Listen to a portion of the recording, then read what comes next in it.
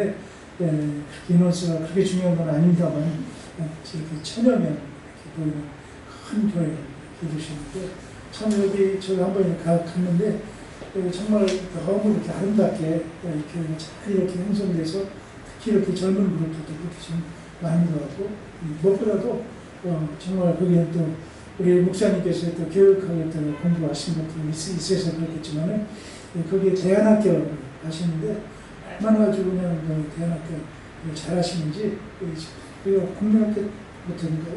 네, 초중. 네, 초중고까지 있는데 아주 이렇게 참 잘 이렇게 운영되고 있어서 그 교회 우리 형제 자매들이 중심이 돼서 자녀들이 이렇게 오는 것 같은데 참 아름다운 교회를 이렇게 잘 좀 일구시고 계십니다.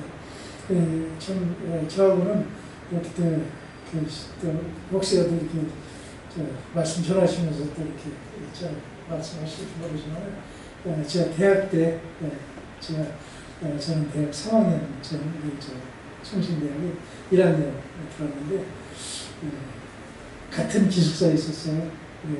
4명이 제가 또 3학년 둘이 있었고 그리고 1학년 둘이 있었는데 그 중에 이기현 목사님이 1학년이었죠. 그래서 우리 그 기숙사에는 정말 새벽 기도를 한 사람도 빠지지 않고 다 이렇게 신앙생활 많이 했어요. 신학생들이 새벽 기도 나가는 것도 아니고 충실하게 지키는 것도 아닌데 그렇게 영적으로 하나님 앞에 헌신적으로 살려고 하는 4명이었죠. 그렇게 친하고 서로 이렇게 또 격려하고 지금 생각만 해도 참 그때가 참 좋았죠. 지금 좋지만 그런데 참 그렇고 나서 제가 일본을 갔다가 이렇게 처음 한 25년, 한 30년 만에 만났는데 그냥 우리 그 4분이 저 빼놓고 3분이죠. 얼마나 그냥 한 분은 용인에서 한 분은 포항에서 아주 교회들 얼마나 건너는 교회를 잘 하시는지 참 그래서 참 늘 생각할 때마다 감사한데 오늘 그런 걸 이렇게 또 포함해서 목사님께서 말씀해 주시면 감사하겠습니다. 자, 목사님 나오실 때 박수로.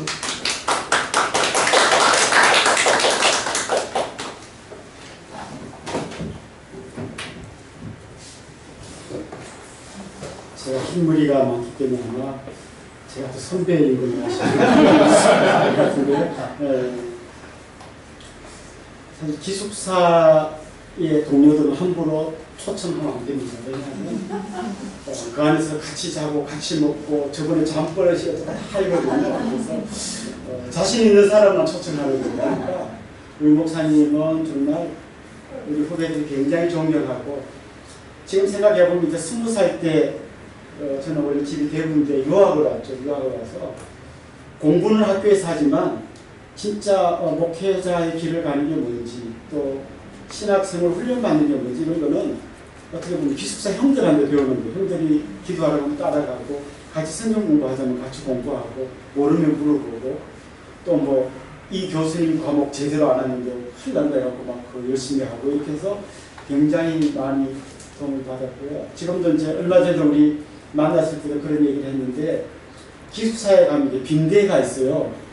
그게 이제 사람 보는 빈대 말고 전문 용어인데 친구가 제가 집이 멀고 있는 친구가 그냥 기숙사에 가서 끼워서 막 이렇게 빌붙여서 자고 있는 애들 우리가 그때 빈대라고 불렀는데 죄송하게도 제가 빈대를 되게 많이 키웠어요. 막 시험 기간이 되면 우리 4명 자는데 내 빈대가 4명인 거예요.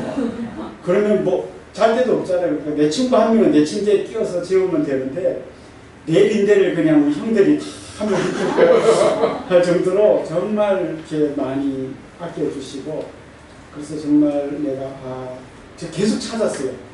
우리 선교사님 일본 가셨다는 얘기는 들었고 그래서 제가 일본에 홋카이도 한 번 간 적이 있는데 막 거기 인터넷으로 막 계속 찾았어요. 이수구 선교사님 어디 있었는데 내가 택시 타고라도 가서 만나야 하고 찾다 보니까 한국에 들어오셨다고 어디서 찾아가지고 이렇게 연락까지 됐습니다. 너무 반갑고 제가 이렇게 생각해 보니까 일본하고 나랑 무슨 상관이 있을까? 제가 가만히 생각하니까 굉장히 좀 내 나름대로 생각해보도 굉장히 관계가 깊은 사람이더라고요. 저도 한동안 잊고 지냈는데 이렇게 오늘 오면서 생각해보니까 우리 아버님 일본에서 태어나셨어요. 히로시마에서. 그래서 진짜 그 전쟁통에 원폭 투하되고 하는 그 과정 속에서 히로시마에 태어났었으니까 아마 그 전쟁의 상처를 고스란히 다 받으셨고 아마 우리가 추측컨대 그게 이유인 것 같아요. 그래서 우리 아버님 38살에 돌아가셨어요. 제가 초등학교 5학년인데. 그래서 아마 우리는 뭐 그러고 일본하고 별 생각 없이 그냥 살아왔는데 오늘 오면서 내가 일본하고 나는 무슨 상관이 있나 여행 간 거? 뭐 이러면서 왔는데 생각하다 보니까 또 그런 이야기들도 생각이 났습니다. 제가 초등학교 2학년 때 한번 시골에 가서 물에 빠진 적이 있어요. 시골 애들은 어디가 깊고 어디가 얕은지 잘 아는데 저는 어디가 어딘지 모르니까 그냥 좀 물 맑은 쪽으로 막 들어가다가 수영도 못했으니까 그냥 강물에 휩쓸려가지고 정신을 잃고 또 내려갔는데 어떤 우리 집안 형님이 와서 저를 건져 주었습니다. 뭐 아마 여러분 평생에 그럴 일이 없겠지만 물에 빠진 사람을 건져 주는 요령이 있더라고요. 그분이 막 살려고 할 때 뛰어들면 안 죽으려고 붙들어서 같이 죽는데요. 이 사람을 살리고 싶으면 힘이 빠질 때까지 기다렸다가 나중에 뒤로 가서 뭐 머리 같은 데 잡고 빠져나와야 된다고. 힘을 빼야 되는 거죠. 근데 놀랍게도 우리가 하나님의 일을 할 때도 때로는 우리 힘이 너무 많이 들어가 있으면 제대로 하나님 일을 할 수가 없어요. 그래서 하나님은 때때로 우리가 원하지 않지만 마치 물에 빠진 사람 힘을 빼고 힘이 빠질 때까지 기다리시는 것처럼 하나님 종종 그렇게 힘을 빼게 하신 다음에 우리를 하나님의 일꾼으로 불러주시는 걸 가끔씩 보게 됩니다. 오늘 본문에 나오는 이 모세도 전형적으로 그런 사람이에요. 우리가 잘 아는 것처럼 모세가 40살쯤 되었을 때 가장 힘이 있고 그 다음에 공주의 아들로서 권력도 있고 그 다음에 바로의 공부를 해서 애국 최고의 학문을 공부했고 뭐라도 할 수 있을 것 같은 그때예요. 그리고 그 어릴 때 받은 그 신앙교육 때문에 자기 민족을 구해야겠다는 그런 아마 마음들이 있었으니까요. 어떤 일이 일어났습니까? 그 애국 사람이 자기 민족 이스라엘 사람 괴롭히는 걸 보고 때려서 죽였잖아요. 근데 결국 어떻게 됐습니까? 그 일 때문에 그가 도망치게 됩니다. 미디안 광야로 도망쳐서 거기서 삽니다. 아마 그가 처음 도망쳤을 때는 잠시 좀 한 1, 2년 몸을 피했다가 상황이 좀 정리되면 다시 궁궐로 복귀할 마음이었겠죠. 그런데 그 시간이 점점 길어져 가지고 40년의 시간이 지났습니다. 마치 그 주부들이 김장할 때 제일 먼저 하는 일이 배추에 성물 뿌려가지고 숨을 팍 죽이는 것처럼 모세의 숨을 죽이는데 40년이 걸렸습니다. 그래서 오늘 본문의 이 사건은 그때부터 40년이 지나고 모세가 80쯤 되었을 때 이제는 뭐 꿈도 야망도 열정도 다 사라지고 건강도 이제 뭐 아무것도 못할 것 같은 그런 시점에 그야말로 힘이 완전히 다 빠지고 배추로 치면 숨이 완전히 다 죽은 다음에 하나님께서 모세를 부르는 이 장면이 나옵니다. 사실 하나님께서 우리에게 원하시는 것이 뭔가 하면 하나님을 위하여 일하기를 원하십니다.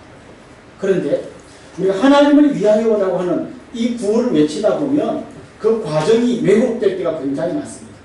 이게 무슨 얘기인가 하면 예를 들면 십자군 전쟁 같은 거 있잖아요. 십자군들이 왜 전쟁을 일으켰습니까? 하나님을 위하여 일으킨 거예요. 근데 그 과정 속에서 어떤 일이 있었습니까? 그냥 뭐 어린아이를 죽이고 온갖 여자들을 겁탈하고 온갖 나쁜 짓을 다 했단 말이죠. 그래서 뭐 그런 재미난 일화가 있습니다. 십자군들이 세례받을 때 그 당시 이제 물에 풍덩 들어가서 요즘으로 말하면 침례를 받는데 딱 들어갈 때 자기 칼을 빼가지고 높이 들고 물속에 들어갔다. 자기는 물에 들어가지만 칼은 물속에 안 집어넣었다. 얘는 이 칼로 나쁜 짓을 많이 해야 됩니다. 그들은 분명히 하나님을 위하여 일했지만 하나님과 함께 일하시는 것이에요. 이 과정 속에서 우리가 목표가 옳은 일이기 때문에 과정도 정당화시키면요 굉장히 심각한 문제가 일어납니다. 캄보디아에 가면 그 킬링필드라고 수많은 사람을 죽인 그야말로 해골 바가지를 쌓아놓은 데가 있죠. 그들이 왜 전쟁을 일으켰습니까? 왜 그런 일을 했습니까? 모두가 같이 평등하게 잘 먹고 잘 사는 세상을 만들기 위해서입니다. 너무나 좋은 목표잖아요. 모든 사람이 잘 먹고 잘 사는 그런 세상을 만들기 위해서 좋은 목표. 근데 그 과정 속에서 소위 그 지식인 계급, 부르주아 계급들은 인민의 피를 빨아먹었으니까 이들은 죽여야 된다. 그럼 누가 인민의 피를 빨아먹었는지 안 빨아먹었는지 어떻게 다 아냐? 그러니까 아주 무지한 방법을 많이 썼죠. 일단 안경 낀 사람. 여기서 몇 분 위험한 분이 있는데 이런 분은 바로 부르주아 계급에서 바로 처형을 당했어요. 그리고 손 검사해가 손에 굳은 살이 있는 사람. 굳은 살이 있는 사람은 노동자 농민이고 없는 사람. 제가 볼 때 여기서만 하면 거의 다 돌아가셨을 것 같아요. 근데 여러분 보십시오. 목표는 굉장히 좋은 것 같잖아요. 모든 인민이 평등하게 잘 먹고 잘 사는 세상. 근데 그 과정을 목표가 맞기 때문에 과정을 무조건 정당화시키면 십자군도 우리가 하나님 영광 위에 살려고 그런 건데 이 사람들도 좋은 세상 만들려고 그런 건데 이러면 중간에 그 과정이 엉망진창이 되면서 정말 사실은 전혀 하나님의 영광도 되지 않고 모든 인민이 잘 사는 세상에 오지 않는 것이죠.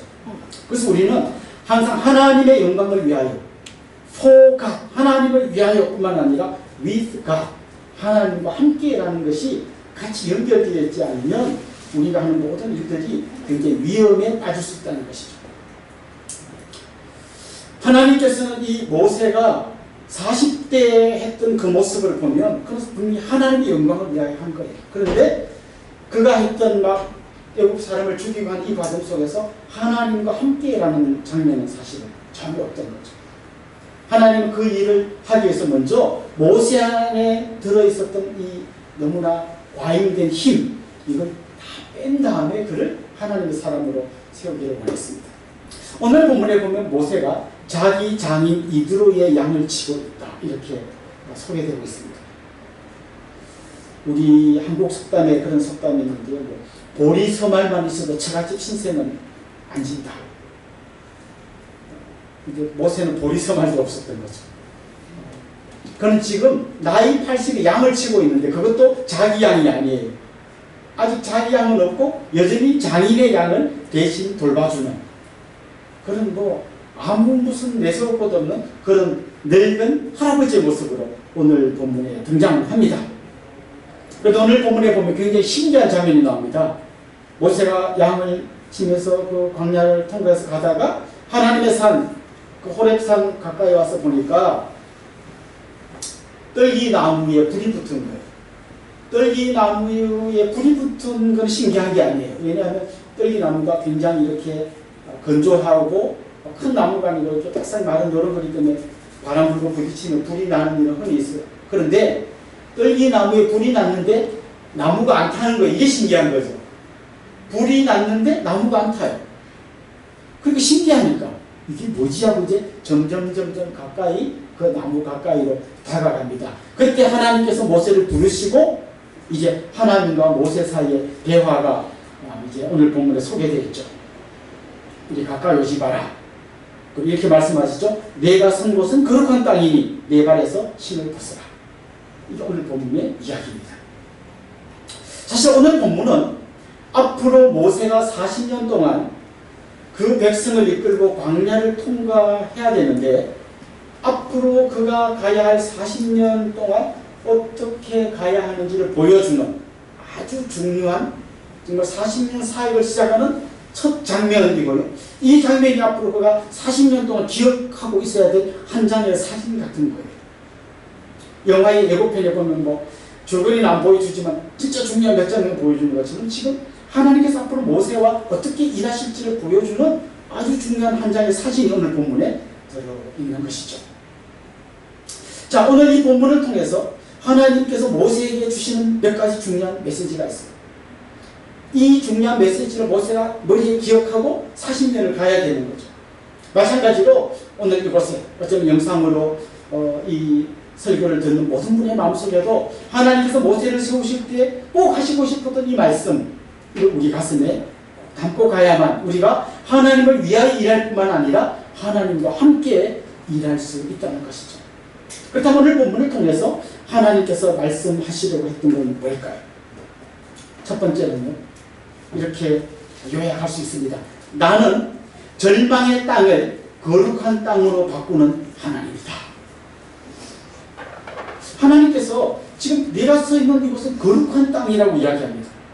그런데 사실 모세에게 그곳은 한마디로 절망의 땅이에요. 우리 한국 사회에서 남자들 세계에서 이런 말들이 있습니다. 나는 내가 군대 생활했던 쪽을 향해서는 소변도 안 본다. 정말 막 지긋지긋한 그 동네이기 때문에 하여튼 그 동네 금방 쳐다보기도 싫다, 이런 얘기를 자주 합니다. 어쩌면 모세에게 이 광야는 그런 곳이었을 것 같아요. 자기가 오고 싶어서 왔던 동네가 아닙니다. 이곳은 그가 정말 그 원대한 꿈을 조금씩 이렇게 깔아먹어서 이제는 정말 용밖에 안 남은, 이제 아예 아무것도 안 남은, 자기의 모든 희망이 다 사라진 곳, 자기의 모든 꿈이 다 무너진 곳, 자기의 어떤 야망이나 이걸 다 땅에 파묻어 버린 곳, 정말 도망가고 싶지만 도망갈 수 없는 곳, 어떻게 해볼 수 없는 이 절망의 땅이 바로 그가 서 있는 그곳이에요. 사실 그가 얼마나 그곳에서 벗어나고 싶어 했겠어요. 그런데 벗어날 방법을 찾지 못한 거죠. 그리고 그 이드로의 딸과 결혼했습니다. 사실 우리가 지금 곰곰이 생각해보면 바로의 궁궐에서 최고의 교육을 받고 그 당시 최고의 문명 생활을 하던 사람이 이 광야에 이름 없는 한 여인과 결혼했던 거죠. 요즘으로 말하면 저 미국의 뉴욕 같은 데서 살던 뉴요커가 저 어디 뭐 비행기가 추락해가지고 미얀마 정글 같은 데 떨어져가지고 그 원주민 아가씨하고 결혼한 거죠. 둘이 어떤 대화가 오고 갔을 것 같습니까? 뉴욕에 가면 뭐 엠파이어 스테이트 빌딩인데 거기서 보면 뭐 어쩌고 저쩌고 자기의 여신상이 어쩌고 저쩌고 브로드웨이에 막 매일 막 무슨 뮤지컬 한마디도 못 알아듣는 말만 하는 거죠. 그럼 둘이 통하는 말은 뭐 있을까요? 밥 먹자. 자자. 이런 거 말로 통하는 건 없을 것 같아요. 그 언어는 어떤지 모르겠어요. 언어까지 달랐다면 더 말이 안 됐을 거고. 같은 언어를 썼다 할지라도 솔직히 무슨 말인지 모르는 얘기들을 하는 거죠. 그 모세의 하루는 양을 데리고 나가서 종일 돌보다가 양을 데리고 들어오는 거죠. 해지면 뭐 전기 안 들어올 때는 해지면 밥 먹고 자자 했더니 갔다 올게요. 그거 말고 두 부부가 나눌 수 있는 대화가 없었을 것 같아요. 나중에 하나님께서 모세를 막 부르시잖아요. 모세야 가라 할 때 모세가 했던 말 중 하나가 저 말을 잘 못합니다. 저는 이게 겸손의 표현이 아니다. 진짜 잘 못했을 거예요. 그가 40년 동안 했던 말은 밥 먹자, 자자. 그 다음에 양 몇 마리지. 그거 말고 그는 할 말이 별로 없었을 것 같아요. 그리고 40년간 그냥 입 다물고 양하고 막 보고 있다가 그런데 하나님께서 뭐 바로 앞에 가서 뭐 40년 전에 그때와 궁궐에서 날고 길 때는 뭐 할 말 많았겠지만 지금 이제 할 말이 없었을 것 같아요. 혹시 뭐 하멜 표류기라고 들어보셨습니까? 네덜란드 사람 하멜이 배가 그 침몰하는 바람에 우리 한국이야 조선이죠. 조선에 상륙했다가 그래서 막 여기 있다가 탈출해갖고 와서 쓰는 게 하멜 표류기거든요. 근데 그 하멜이 조선에 도착해가지고 왔을 때 이제 우리 관리들하고 대화를 나눴을 거 아닙니까? 어떻게 말을 의사소통했을까요? 그 역사에 보면요 통역하는 사람이 있었어요. 박연이라고 하는 사람이 있었는데요. 이 사람이 알고 보면 네덜란드 출신이에요. 이 사람도 배가 침몰해가지고 겨우 살아남아가지고 조선에 왔다가 조선에 귀화해서 조선 여자랑 결혼하고 그냥 조선의 관리가 되어서 살던 사람이에요. 그래서 조선 이름으로 박연이라는 이름을 얻은 거죠. 이 사람이 26년 만에 하멜을 만난 거예요. 같은 네덜란드 사람을 만난 거죠. 그때 기록에 보면요 한동안 말이 안 통합니다. 26년 만에 한 번도 네덜란드 말 안 쓰다가 이제 조선어만 쓰다가 26년 만에 자기 고향 네덜란드 사람을 만났는데 둘이 대화가 안 통하는 거예요. 한참 동안은 말을 하고 싶은데 안 나오는 거예요. 단어가 생각이 안 나고 그러다가 한참 지나고 막 울고불고 하면서 얘기가 좀 통했다는 그런 기록이 있더라고요. 26년 동안 네덜란드 말을 안 쓰니까 다 까먹은 거죠. 그러니까 아마 모세도 40년간 거의 진짜 중요한 말을 못하고 살았기 때문에 그는 정말 뭐 말하고 싶은 의욕도 없을 것 같아요. 솔직히. 그냥 내가 할 수 있는 건 양 몇 마리인지 잘 헤아려갖고 안 잃어버리고 데리고 오는 거. 이게 그의 일과였을 것 같아요. 그 절망의 땅, 그 시련의 땅, 지긋지긋한 땅, 도망가고 싶지만 도망가지 못하는 그곳.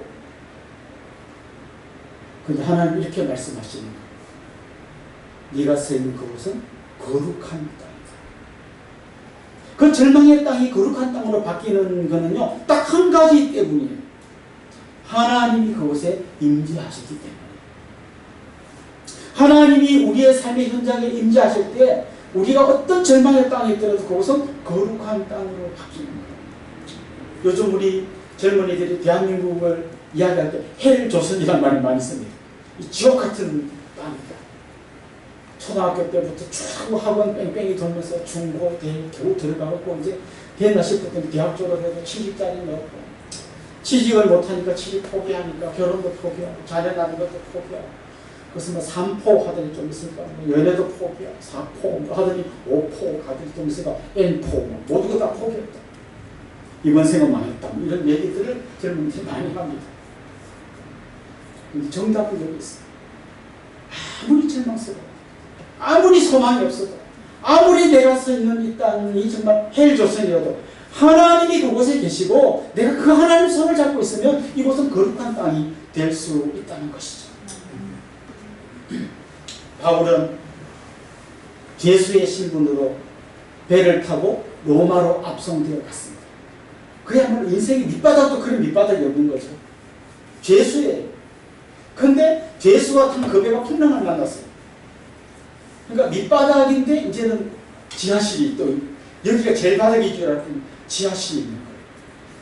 진짜 인생의 밑바닥 밑에 있는 그 지하실에 그가 들어가 있었죠. 그야말로 절망이라고 하는 한 단어로 표현이 안 될 만큼 그냥 더 이상 아무 생각을 하고 싶지 않을 것 같은 그런 곳에 그가 위치하고 있었죠. 근데 놀랍게도 그는 하나님께서, 아니 우리 예수님께서 들려주시는 말씀을 들었어요. 그래서 그가 그 배에서 무명의 죄수, 요즘으로 치면 이름도 없고 번호 몇 번이라고 하는 죄수에 불과한 그였지만 그가 있죠. 276명 탄 그 배에서 다 절망하고 다 포기하고 이제 끝장났다고 하는 그들에게 이야기합니다.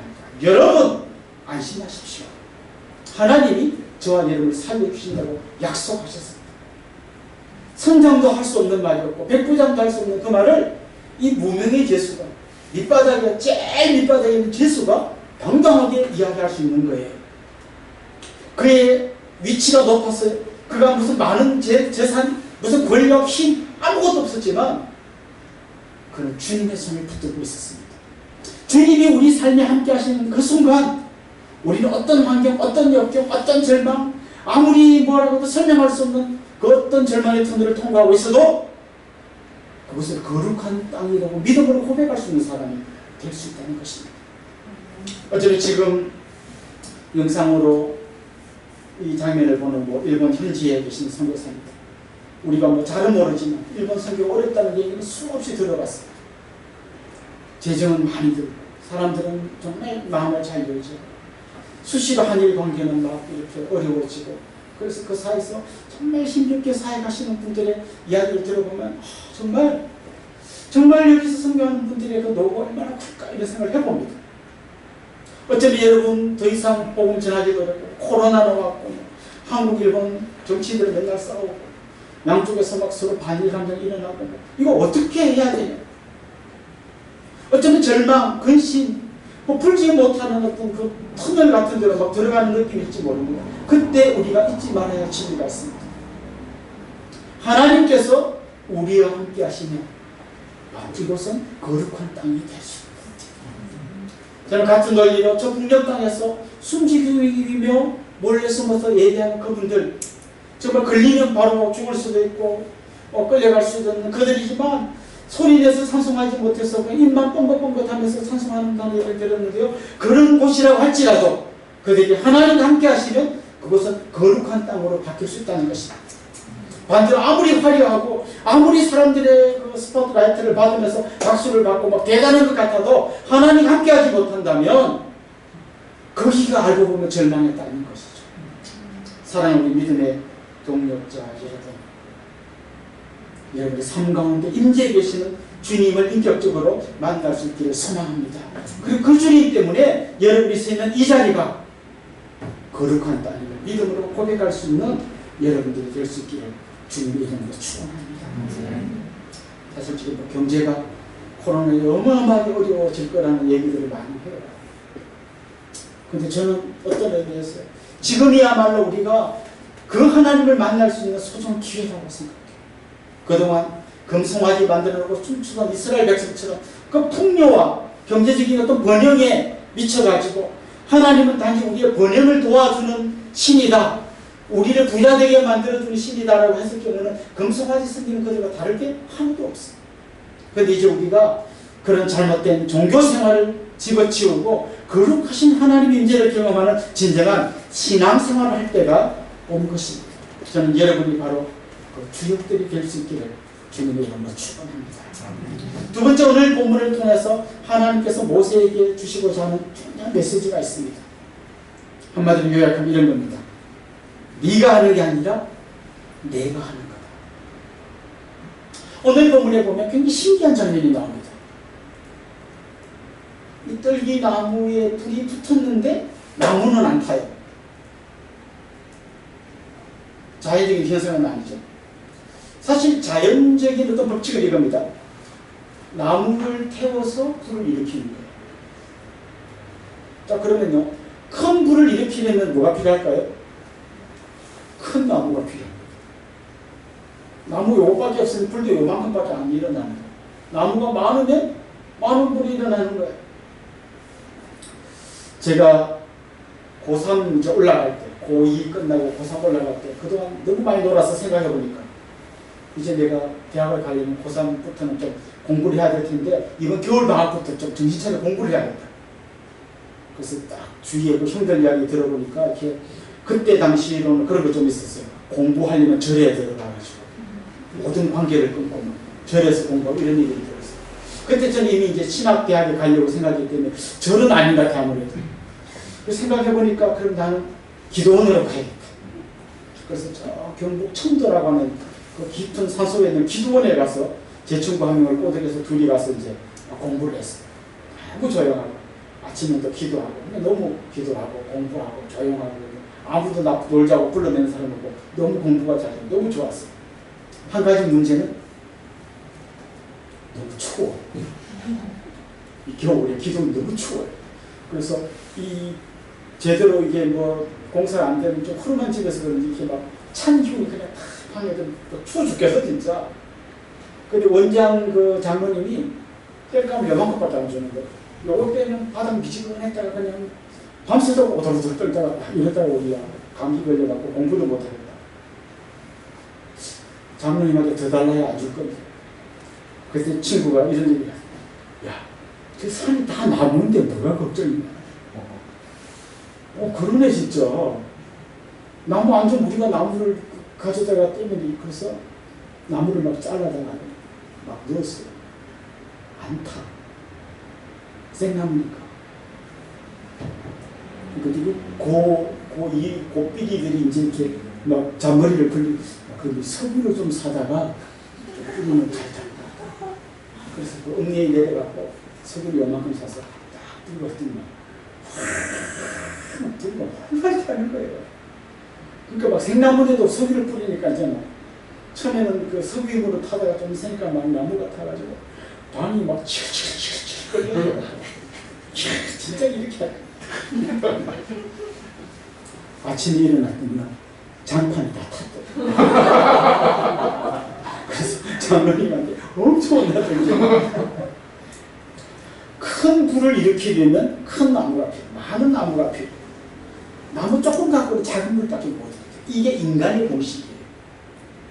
그래서 지금 하나님께서 모세에게 보여주는 것은 나무를 안 태우고 불을 일으키는 거예요. 지금 일어나는 이 불은 나무를 태워서 일으키는 불이 아니에요. 만약에 나무를 태워서 일으키는 이런 관점에서 하나님이 모세를 사용했다면 그 늙은 할아버지라고 하는 그분이 갖고 있는 요만한 거 요만큼밖에 못했을 거예요. 근데 하나님 어차피 너를 태워서 일으키는 불이 아니고 내가 일으키는 이 불로 앞으로 이스라엘 백성을 이끌 거야. 이걸 하나님께서 지금 모세에게 딱 보여주신 거죠. 네가 하는 게 아니라 내가 한다. 여러분 만약에 모세가요 80이 아니고 지금 40이라고 생각해 봅시다. 그래서 그가 이스라엘 백성을 이끈다고 생각해 봅시다. 홍해 앞에서 그거 어떻게 할 수 있죠? 80년은 아무것도 못해요. 그럼 40, 그 힘과 권력과 돈을 다 갖고 있는 그때 모세는 홍해를 어떻게 건들 수 있을까요? 40이나 80이나 홍해를 못 건드는 똑같아요. 어차피 지금 이 일은 인간의 크기로는 안 되는 일을 하는 거예요. 이 일은 어차피 인간의 크기가 아니라 하나님 크기의 일로 해야만 되는 일들이에요. 광야에 들어갔어요. 그 40에 100%한 모세가 그 100만, 200만 되는 이스라엘 백성들 어떻게 먹이죠? 도시락을 어떻게 준비하죠? 어떻게 그들 물을 마시게 하고 어떻게 잠을 자게 하고 그 밤의 추위 가운데서 어떻게 그들이 그 광야에서 살게 하고 옷은 어떻게 하고 신발은 어떻게 하고 그 더울 때 그걸 어떻게 하고 추울 때는 어떻게 하고 아무 대책도 없어요. 그건 40이든 80이든 어차피 못하는 거예요. 인간이라고 하는 나무가 뭐 그 사람이 왕족이든 귀족이든 서울대를 나왔건 뭐 재벌의 아들이든 뭘 갖다 붙여도 못하는 거예요. 그거는. 전 선교도 그런 일이라고 생각해요. 여러분 선교할 때 여러분 지금 아까 들어보니까 여기서 굉장히 어렵게 지금 막 꾸려가시는데 지금보다 여러분 예산이 막 누군가 갑자기 재벌이 막 예수 믿고 은혜 받아갖고 내가 막 후원해야 돼서 지금 여러분 예산을 10배를 주면 사기 10배로 잘 될까요? 그 100배를 주면 100배로 잘 될까요? 여기 있는 사람들이 전부 다 막 무슨 막 저 미국 유학 갔던 박사님들로 가득 차 있다면 막 100배로 이 사역이 잘 될까요? 어차피 이 일은 하나님의 능력을 하는 거죠. 우리는 단지 그분에게 쓰임받는 도구일 뿐이지 우리 때문에 막 우리가 좀 낫다고 우리가 40이라고 더 잘 되고 80이라고 더 안 되고 무슨 왕족이라고 더 잘 되고 무슨 양치는 할아버지라고 더 안 되고 이게 어차피 아니라는 거예요. 하나님 우리를 태워서 일으키는 불이 아니라 하나님의 불을 일으키기를 원하십니다. 하나님 우리의 크기를 모아서 하나님이 일하는 게 아니라 하나님의 능력을 우리에게 주셔서 그 힘으로 이것을 감당케 하는 거예요. 그래서 우리가 가방끈이 길든지 짧든지 뭐 경험이 있든지 없든지 돈이 있든지 없든지 하나님께서 우리와 함께 하시는 그 힘으로 우리가 사역을 감당하는 거예요. 어쩌면 지금 여기는 한 분 한 분의 상황이 제가 일일이 모르지만 너무 어려울 수도 있겠고 과연 내가 지금 이 힘으로 이 능력으로 이 돈 갖고 이 에너지 갖고 과연 이 일을 할 수 있을까? 죄송하지만 할 수 없습니다. 그 돈이 10배가 있어도 그 에너지 100배가 있어도 어차피 우리는 홍해를 건들 수 없고 어차피 우리는 100만 명을 먹여 있으면 도시락을 쌀 수 없어요. 하나님이 일하셔야 합니다. 그래서 하나님 모습을 보여주시는 거예요. 네가 하는 게 아니라 내가 한다. 아까 우리 목사님께서 잠깐 소개해 주셨는데 저는 교회를 개척한 지가 이제 15년 됐습니다. 경기도 화성에 있는 우리 주소는 화성시까지는 좀 괜찮은데 그 다음 주소 남양읍입니다. 그러니까 지금은 이제 좀 많이 아파트로 들어오는데 우리가 처음 갔을 때는 다 논밭이고 뭐 산이고 이랬어요. 그래서 처음 교회를 개척하려고 하는데 건물을 얻을 데가 없어요. 이 정도 넓은 공간이 없어요. 읍이라서 그냥 다 조그만 하고 뭐 구멍가게 같은 데만 있고 한 군데 딱 넓은 데가 있더라고요. 예식장. 그래서 그 예식장을 좀 빌려서 우리 예배 드리면 좋겠다. 그래서 예식장에 이제 찾아가서 갔더니 웬 이렇게 각도기 형님이 이렇게 다리를 끌어 이렇게 앉아있더라고요. 그래서 제가 인사를 공손히 드리고 사실은 제가 이 교회를 개척하려고 하는데 좀 넓은 공간이 필요한데 예식장 한 100명 들어가는 홀이 있더라고요. 이 홀을 좀 빌려가지고 주일만 빌리면 되니까 그렇게 교회를 개척하려고 합니다. 이분이 나를 아예 이렇게 보더니 딱 한마디 야 그분이 나보다 더 세상을 보는 눈이 정확하더라고요. 탁 나보고 이렇게 대하고 우리하고 영업시간이 겹쳐. 가만 생각해보니까 그 말이 무슨 말인지 이해가 되고.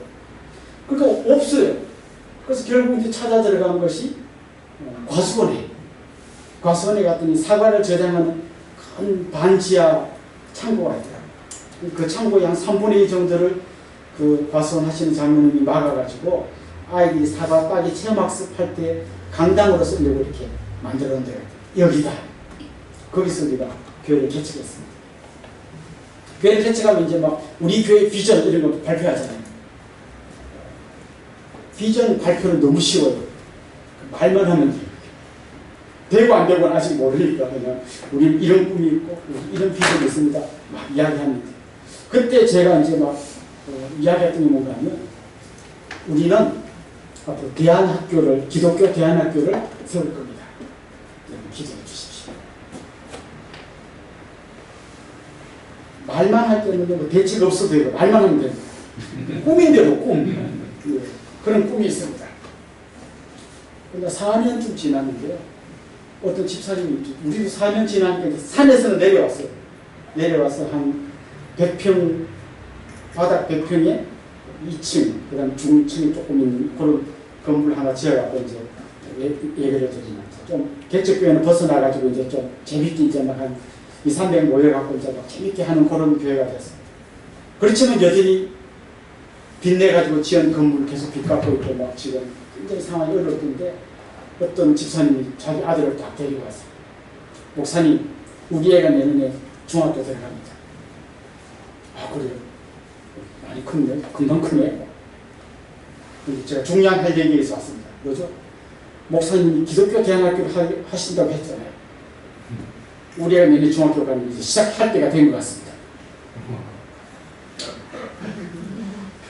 아, 그때 내가 막 뭐라고 말해야 돼? 내가 말했잖아요. 한다고. 말할 때는 뭐 대책 없으면 말하면 되는데 아, 이제 그분이 대책을 내놓으라고 온 거죠. 그때 내가 머리가 팍 돌아가더라고요. 제가 한다고는 했지만 언제 한다고는 말하지 우리가 좀 더 준비되면 할 겁니다. 그래서 우리 동네 어떤 동네냐면 굉장히 젊은 세대가 주축이에요. 그때 우리 교회의 그 주 멤버가 30대예요. 30대 제일 많은 거예요. 굉장히 좋죠. 근데 그 안에도 또 숨겨진 비극이 있어요. 왜 30대가 제일 많은가 하면 초등학교 때까지는 거기서 애들 키우고 있다가 애가 중학교 들어갈 때 되면 보내면 학교가 없으니까 다 밖으로 나가는 거예요. 40대 되면 다 밖에 나가는 거예요. 30대 유치원 다니고 뭐 초등학교 저학년 때까지만 거기 있다가 다 나가니까 계속 30대가 주축이 되는 거예요. 이분도 이제 기로에 쓴 거예요. 나가야 되냐? 근데 목사님은 학교를 한다 했으니까 그럼 한다면 난 안 가고 보내고 싶은데 근데 목사님은 거짓말 했겠냐? 그래서 저보고 이제 한다고 했잖아요. 목사님이 한다고 했잖아요. 제가 언제 한다고는 말한 적이 없어요. 그리고 한마디로 되죠. 집사님, 학생 한 명도 학교를 열 수는 없잖아요. 어떻게 알았다고 하더라고요. 며칠에 또 왔어요. 목사님이 한 명 갖고는 못한다고 제가 집사님들한테 얘기해서 3명이 됐다는 거죠. 집사님, 한 명이나 3명이나 그가 어떻게 학교를 해요? 근데 그분이 가시고 나서 제가 이제 하나님 앞에 기도를 하는데 그런 마음이 들어요. 야, 이렇게 목사말을 믿어주는 분이 있구나. 그리고 나보다 더 믿음이 좋구나. 난 대체 여러분들 이분은 뭐 당연히 우리는 할 수 있을 것처럼 얘기하더라고요. 그래서 기도하면서 하나님께 구했습니다. 하나님 언젠가 하긴 해야 되는데 그런 마음을 주세요. 그럼 1년 후가 되면 할 수 있을까? 똑같아요. 조금 나 5년 후 조금 더 나아지겠지. 근데 학교는 여러분 쉽게 할 수 있는 게 아니죠. 10년 후? 별 차이가 없을 것 같아요. 지금 못하면 그때도 못하고 그때 할 수 있다면 지금도 할 수 있겠다. 똑같으니까 어차피. 그리고 이제 마지막으로 용기를 주시는 것이 우리 힘으로 하는 것이 아니고 하나님 힘으로 하는 것 아닙니까? 그래서 이제 우리가 긴급 회의를 하고 그 3명을 대상으로 학교를 시작하게 됐어요. 근데 지금 우리 교회 공간이 좁아가지고 학교 할 수 있는 공간도 없어요. 그래서 교육관으로 쓰던 병천숭대 2층이 있었어요. 상가에. 그래서 그 2층에 있는 조그만 방, 중등부실 다 쓰기도 너무, 3명이 너무 크고, 그래서 요 안에 있는 요런 방, 요런 데, 그 3명 데리고 학교를 시작하게 됐어요. 그리고 교사를, 정교사를 2명을 뽑았습니다. 그리고 우리가 방과후 교실 같은 걸 하고 있었는데, 방과후 선생님들이 시간 강사로 당신은 뭐 만났다 이렇게 해서 일주일에 1시간, 2시간, 당신은 애들 바이올린만 가르쳐 이렇게 해서 10명을 뽑았어요. 시간 강사. 학생 3명에 어쨌거나 뭐 시간 강사거나 말거나 교사 12명. 건물은 병천숭대 2층에 조그마한 방. 그 다음 주에요. 중2 올라가는 학생 2명을 엄마들이 자퇴시키고 1학년으로 다운그레이드 시키고 데리고 왔어요. 겁이 덜컥 나는 거예요. 애를 2학년, 1학년으로 다운시켰으면 우리 학교로 지금 아무것도 뭘 보고 이 엄마가 지금 뭘 보고 여기 보내는지 싶을 만큼 보내는. 그렇게 우리 학교가 시작되었습니다. 그래서 지금은 우리 학생이 184명이에요. 뭐 선생님, 뭐 밥하시는 분, 운전하시는 분, 시간 강사 다 합치면 50명 된다. 지금 막 이 인원이 지금 학교를 다니고 있습니다. 그러면 이제 이 대안학교를 하시고 싶은 분들이 저를 찾아와가지고 물어봐요. 어떻게 해서 시작하게 됐냐? 하나님 어떤 막 그런 막 뜨거운 마음을 주셨어요. 어떤 집사님이 좀 부끄러운 얘기밖에 할 얘기 좀 부끄러운 얘기밖에 없어요. 시선은 병천숭대 2층 골반, 동기는 막 당신 한탄하고 왜 안 하냐, 뭐 좀 이런 얘기들밖에 없어요. 결국 있죠. 할 수 있는 법이 딱 한 가지입니다. 하나님께서 하셨습니다. 하나님께서 하셨어요. 기적 같은 일이 계속 일어나는 거죠. 하나님께서 하셨어요. 저는 우리 선교사님들의 사역을 하다 보면 갑자기 후원교회가 후원금을 끊는 일도, 심지어 화성교회가 화성을 취소하는 일도 있고, 그 다음에 뭐 수없는 언어의 문제, 무슨 문제, 막 내가 아무리 계산해도 계산이 안 되는 그런 일들을 수시로 마주 대하게 될 것 같아요. 그때마다 여러분 기억하십시오. 내 크기로 일하는 게 아니라 하나님의 크기. 나를 태운 그 크기만큼 불이 일어나는 게 아니라 하나님이 불을 일으키시면 내 크기와 아무 상관도 없는 온 세상을 다 태우고도 남을 만큼 능력과 권능으로 일하시는 그분께서 일하실 것이다. 모세가 마지막에 하나님 앞에서 책망받는 장면이 나와요. 그가 반석을 막 2번 치면서 화가 난 거죠. 내가 이 반석에서 물을 내랴. 이미 그는 다시 내가 물을 내랴라고 말하는 그 순간 그는 그동안 하나님께서 해오셨던 모든 일에 찬물을 끼얹는 굉장히 심각한 말을 한 거죠. 사랑하는 성도 여러분, 우리 동역자 여러분, 우리가 하는 게 아니라 하나님 하십니다. 우리는 약하지만 하나님은 강하십니다. 우리는 작지만 하나님은 크십니다. 우리 있는 모든 사람을 모아서 태워도 불이 요만큼밖에 안 일어나지만 하나님께서 불을 일으키시면 우리의 크기와 상관없는 놀라운 일들이 일어나게 될 줄로 믿습니다. 마지막으로 오늘 본문을 통하여 하나님께서 모세에게 던지시는 메시지가 있습니다. 내 발에서 신을 벗으라라는 것입니다. 신을 벗는 행위는 그 당시에 노예들이 주인 앞에 설 때 신을 벗고 썼습니다. 일할 때는 신발 신고 하다가도 주인 앞에 설 때는 신발을 벗고 나아가던 게 그 당시의 관례였습니다. 하나님 그에게 요구하시는 건 뭡니까? 신발 벗고 하나님이 주인이고 저는 종입니다. 이 고백하면 하나님 같은 무릎 꿇기를 원하시는 거죠. 그동안 모세는 젊었을 때 모세는 내가 할 테니까 하나님 뒤에서 밀어주세요. 분명히 그는 하나님을 의지했지만 내가 하는 걸 하나님 뒤에서 밀어주세요. 하나님 이야기하십니다. 뭐세요? 내가 하는 일에 네가 종으로 들어와야 한다라고 말씀하시고 계십니다. 그 아라비안 나이트에 보면 그 진이라고 하는 거인이 있죠. 거인은 그 주인공보다 힘이 몇백 배로 크지만 사실 주인 심부름합니다. 나를 저저 궁궐로 데려다 줘, 데려다 줘.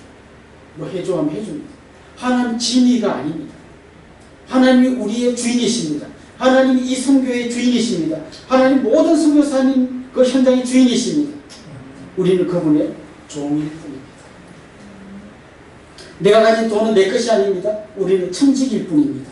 내가 가진 시간은 내 것이 아닙니다. 우리는 그분이 주신 시간을 맡아서 관리하는 자일 뿐입니다. 내 재능은, 내 젊음은, 내 생명은 주인 하나님이십니다. 우리는 그분의 종일 뿐입니다. 그런데 감사한 것은 우리의 주인이신 그분은 우리의 노동력을 착취하는 분이 아닙니다. 우리의 돈과 우리의 생명과 우리의 젊음을 그냥 착취해 가시는 분이 아닙니다. 그분은 우리를 위해서 아들을 보내주신 분이십니다. 그분은 우리를 위해서 자기 아들을 희생시키신 분이십니다. 세상에 이런 주인이 어디 있습니까? 그분의 종이라는 것은 단지 우리가 생각하는 억울해야 할 것은 아무 이유도 없는 은혜의 주의 은혜인 거죠. 그분의 종이라는 것이 은혜인 것이죠. 이 시간 우리 발에서 신을 벗고 그분 앞에 무릎을 꿇을 때 그분께서 우리를 이끌고 가신 것입니다. 사랑하는 동역자 여러분, 여러분이 서 있는 땅은 거룩한 땅입니다. 하나님이 그곳에 계실 때 우리가 하는 게 아니라 하나님이 하십니다. 우리의 크기가 아니라 하나님 크기의 일을 기대하십시오. 그걸 위해서 여러분 발에서 신발을 벗으십시오. 하나님만이 우리의 주이십니다. 그래서 우리가 하나님을 위해서 일할 뿐만 아니라 하나님과 함께 일하는 그 복된 믿음의 사람들이 될 수 있기를 주님의 이름으로 축원합니다. 기도드리겠습니다. 참 좋으신 우리 하나님 아버지, 가장 연약하고 부족한 우리를 통하여 하나님의 크고 위대한 일을 이루어 가시는 줄로 믿습니다. 우리 크기가 아닌 하나님 크기의 일을 기대합니다. 우리는 힘이 없지만 크고 광대하신 하나님이 우리와 함께 일하시는 줄로 믿습니다. 그 하나님 우리 삶의 현장에 계실 때 아무리 절망의 땅에 서 있을지라도 그것이 거룩한 땅이 될 줄로 믿습니다. 그 하나님 앞에 우리 신발을 벗고 겸손히 엎드리는 믿음의 사역자들이 되게 하여 주옵소서. 예수님의 이름으로 기도드리옵나이다. 아멘.